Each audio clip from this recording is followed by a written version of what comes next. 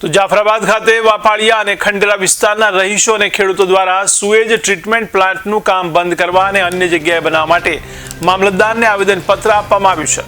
તો જાફરાબાદમાં ખંડેરાના રહેણાંક વિસ્તાર નજીક આ પ્લાન્ટનું કામ શરૂ કર્યું છે। તેમજ આ પ્લાન્ટની નજીક શૈક્ષણિક વિસ્તાર જેમ કે modern school, girls hostel, college, ITI અને રહેણાંક વિસ્તાર પણ આવેલ છે।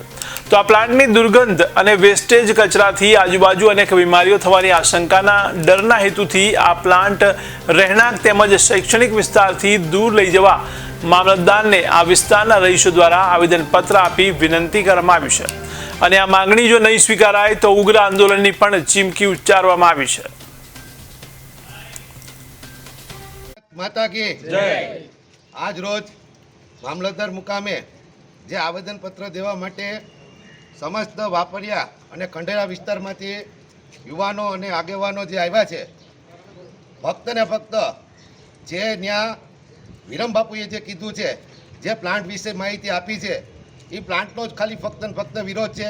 બાકી કોઈ પણ વ્યક્તિ અન્ય કોઈ પણ નગરપાલિકાના સભ્યો વિરુદ્ધ કોઈ જાતની વિરોધ પ્રદર્શન નથી અને ફક્ત ને ફક્ત આ દુર્ગંધ થાય અને બીમારી વધે એના માટેનું આયોજન છે કે આગળ બાળકોને જે ભણવામાં પણ મુશ્કેલી થતી હોય, આવવા જવામાં તકલીફ થતી હોય અને મોડલ સ્કૂલ બાજુમાં આવતી હોય તો એને ધ્યાનરૂપ રાખી અને આપણે આગામી આ ધોરણે જે કાર્યક્રમનું આયોજન જે આગેવાનોએ ઉઠાવ્યું છે, પરેશભાઈએ, વિરમભાઈએ, કમલેશભાઈએ, અને વહેલી તકે યોગ્ય નિર્ણય લેવાય અને ત્યાંથી એ પ્લાનને જે દૂર કરી અને સંપૂર્ણ રીતે અમને સંતોષ થાય એવી અમને મામલતદારશ્રી પર અપેક્ષા છે। ભારત માતા કી જય।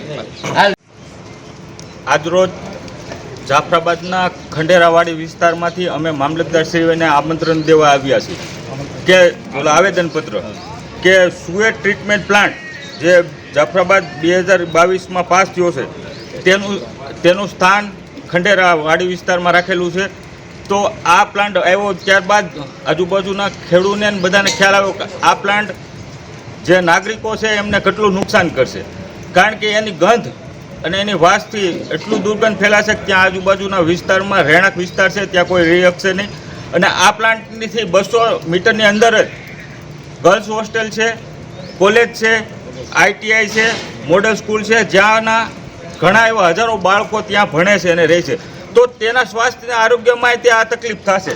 તો આવો પ્લાન્ટ ગામમાંથી દૂર જ્યાં કોઈનો વસાવટ ન હોય એવી જગ્યાએ હોય તો અમારા સરકારશ્રીને એક જ વિનંતી છે કે આ પ્લાન્ટ અહીંયા ન બને, એને પ્લાન્ટને રદ કરે અને કોઈ પણ બીજા જ્યાં બારોબાર એરિયો હોય ત્યાં આ વસ્તુ કરે, જેથી અહીંના અમારા ખેડૂત ભાઈઓ તથા સ્ટુડન્ટો જે સ્કૂલમાં આઈટીઆઈમાં ભણે છે તેમને આરોગ્યને નુકસાન ન થાય। હાલમાં બીમારી પણ એવી જ વકરી છે, ત્યારે આવા પ્લાન્ટો ત્યાં આવી અને આ દુર્ગંધ અને હોય છે તેથી નુકસાન થાય છે। માટે વિનંતી અમારી કે આ પ્લાન્ટ અહીંયાથી બંધ કરે અને કોઈ બીજી જગ્યાએ ફેરવે। અસ્તુ।